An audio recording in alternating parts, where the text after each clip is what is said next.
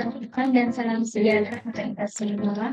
Perkenalkan, saya Claudia Silitonga dan program studi Fakultas Farmasi semester 5. Di sini sudah membahaskan sebuah materi tentang life building di bidang teknologi informasi. Pada tugas presentasi kita sebagai bahan di semester yaitu profesi di semester 5 ini. Saya akan mulai life building dalam teknologi informasi.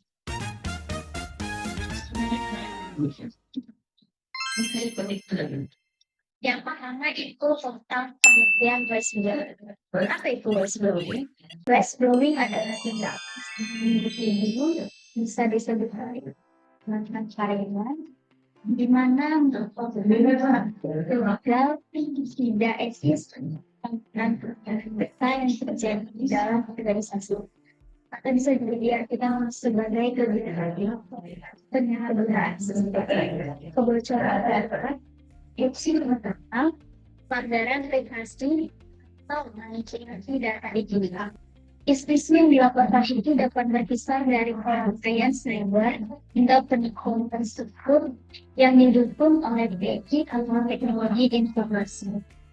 Yang kedua, kita masuk ke dalam sejarah West Building. Sejarah West Building ini melibatkan perkembangan komunikasi dari makna artianya di abad yang ke-19, yaitu bermula dari seorang situasi olahraga atau polisi yang menggunakan fluid menjadi noon tren pada abad ke-20 untuk laporan pelanggaran. Sensitif tidak seperti di Yunani dan juga di sistem olahraga untuk melaporkan korupsi dan menggunakan sistem seperti dan di Romawi untuk menemukan orang menentukan tas manual pemerintah. Selanjutnya, jenis-jenis rice building. Jenis-jenis rice building lebih baik menjadi dua, yaitu yang pertama berdasarkan saluran pelaporan dan yang kedua itu berdasarkan jenis pelanggaran. Kita masuk yang pertama itu berdasarkan saluran pelaporan. Berdasarkan saluran pelaporan kita ada tiga, yaitu yang pertama rice building internal. Rice building internal itu adalah sebuah pelaporan yang dilakukan pada pihak yang ada di dalam organisasi itu seperti atasan langsung, manajer atau divisi khusus seperti unit perwakilan atau internal audit. Yang kedua ada rice building eksternal. Rice building eksternal adalah pelaporan yang disampaikan pada pihak di luar organisasi seperti lembaga penegak hukum, media badan regulator atau LSM. Yang ketiga ada rice building anonim. Rice building anonim adalah pelapor melaporkan pelanggaran atau bahkan identitas sebenarnya. Biasanya itu terjadi pada dasarnya seperti khusus atau layanan pusat ketiga. Selanjutnya berdasarkan jenis pelapor. Rice building berdasarkan jenis pelanggarannya yang pertama ada pelanggaran hukum dari tindakan yang dipakai hukum pidana, hukum perdata, atau peraturan tindak pidana yang berlaku. Yang kedua, penyalahgunaan wewenang. Ada pun penyalahgunaan wewenang dalam artian dan dilakukan suatu jabatan itu kepentingan pribadinya berkelanjutan. Yang ketiga, cara berkelanjutan kepentingan atau minoritas. Dalam kehidupan kami jadi kepentingan pribadinya itu dari profesional sebuah perusahaan atau organisasi. Yang ketiga, pelanggaran etika dan kode etik. Ini di mana dia melanggar lingkungan dan kegiatan pun telah ditetapkan untuk kesejahteraan organisasi. Yang kelima itu ada kesalahan operasional signifikan. Kesalahan operasional signifikan adalah kesalahan yang tidak disengaja namun dapat mengakibatkan kerugian finansial. Terus kerugian finansial itu adalah kerugian yang dapat diubah seperti biaya rumah sakit, tenaga medis, dan lain sebagainya. Atau finansial adalah kerugian yang tidak dapat dihitung dengan meter atau nilai seperti stres, cemas, hilangnya hilangnya hidup seseorang, atau bisa juga diartikan sebagai emosional itu.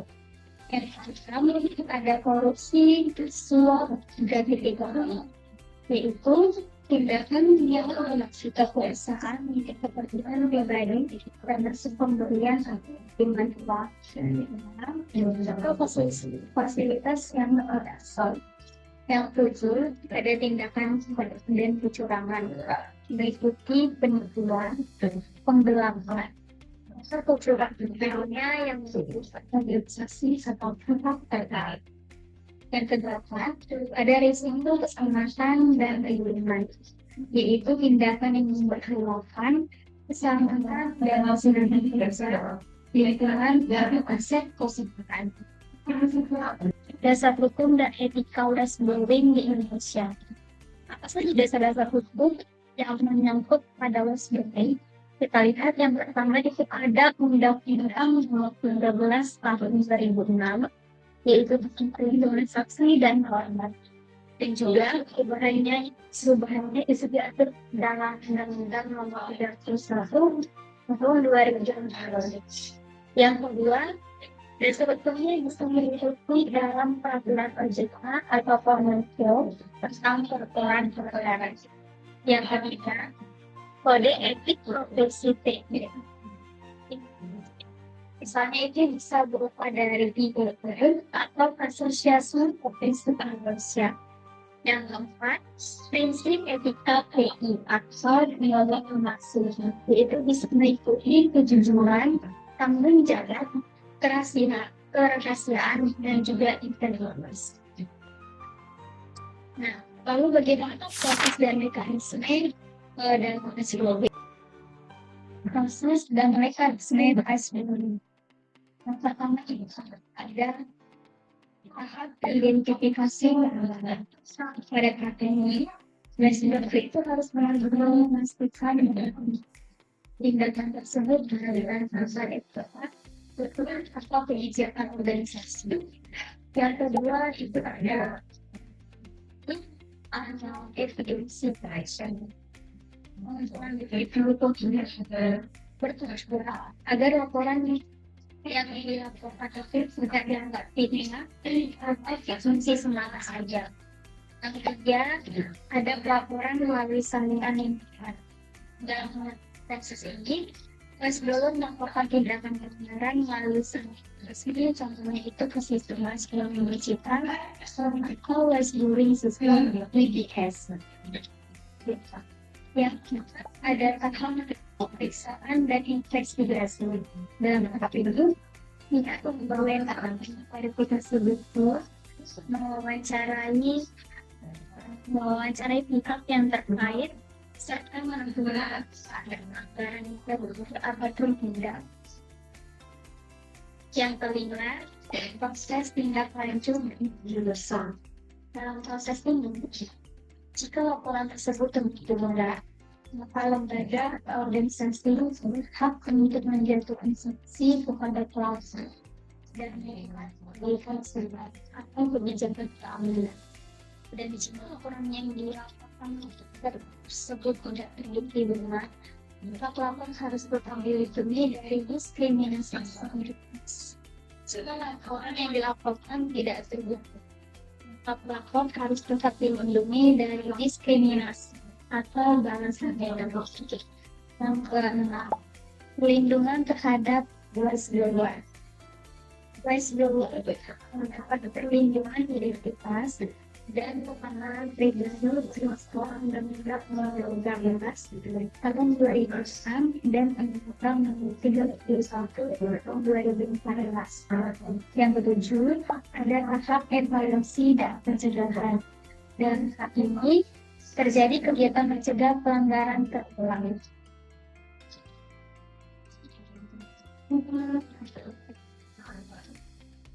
Lalu apa saja tantangan whistleblowing di bidang informasi?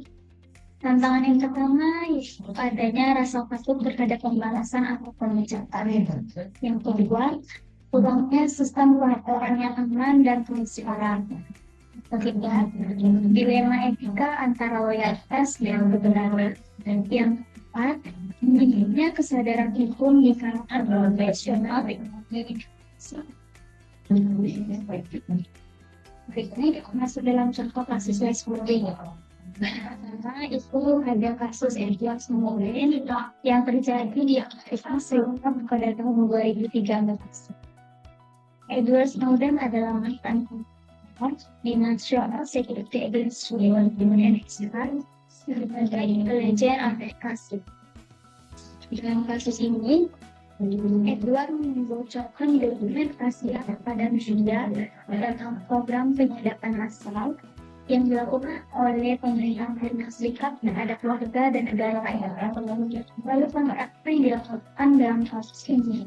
Yang pertama, pemerintah Amerika Serikat menyadap komunikasi elektronik dan internet yang ada subur tanpa izin. Yang kedua, Snowden melaporkan bahwa praktik ini melanggar hak privasi dan kebebasan individu. Contoh kasus yang kedua, itu ada kasus Cambridge Analytica dari Facebook pada tahun 2018. Christopher Wylie, mantan karyawan Cambridge Analytica, mengungkapkan bahwa perusahaannya menggunakan data pribadi jurusan pengguna Facebook tanpa izin untuk kepentingan pribadi, termasuk itu tanpa doraka. Pelanggaran yang dilakukan dalam kasus ini yaitu yang pertama adanya pengambilan data pengguna melalui aplikasi surat hulu tanpa persetujuan yang jelas. Yang kedua, manipulasi perilaku pengguna dengan data genting berdasarkan data pribadi. Contoh kasus yang ketiga itu ada kasus bocornya data Tokopedia yang terjadi di Indonesia pada tahun 2020. Sedang kasus ini, seorang pengguna forum dark web atau pengguna samaran mempublikasikan informasi bahwa data pengguna Tokopedia telah bocor. Sebuah internal membantu memverifikasinya. Pelanggaran yang dilakukan dalam kasus ini yaitu yang pertama adanya data 91 juta akun pengguna bocor dan dijual secara online. Yang kedua, kebocoran termasuk email, nama, dan hashtag password. Lalu, upaya dan solusi yang dapat dilakukan dalam kasus whistleblowing ini, yang pertama yaitu dengan membentuk sistem whistleblowing yang aman, seperti whistleblowing system atau WBS. Yang kedua, dengan meningkatkan edukasi dan kesadaran profesional atau teknologi informasi. Yang ketiga, dengan memperkuat regulasi dan perlindungan hukum bagi whistleblower. Yang keempat, membangun budaya organisasi yang transparan. Yang kelima, dengan meningkatkan keamanan sistem informasi. Yang keenam, kolaborasi dengan lembaga dan tender. Yang ketujuh, menyediakan mekanisme pengawasan dan insentif. Dan yang kedelapan, dan pengetahuan kebijakan secara kesimpulan.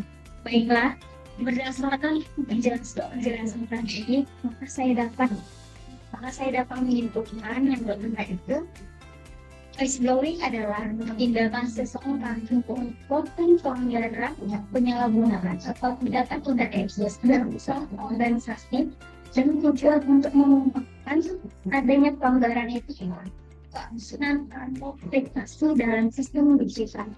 Yang kedua, bagi masyarakat yaitu adanya transparansi, adanya perlindungan privasi dan peningkatan keamanan sistem informasi. Dan yang ketiga, nilai utama dalam whistleblowing ini adalah kejujuran, tanggung jawab, dan juga keberanian. Baiklah, sekian hasil penjelasan yang dapat saya sampaikan. Apabila ada kesalahan kata, saya mohon maaf. Saya akhiri. Terima kasih. Selamat. Baik.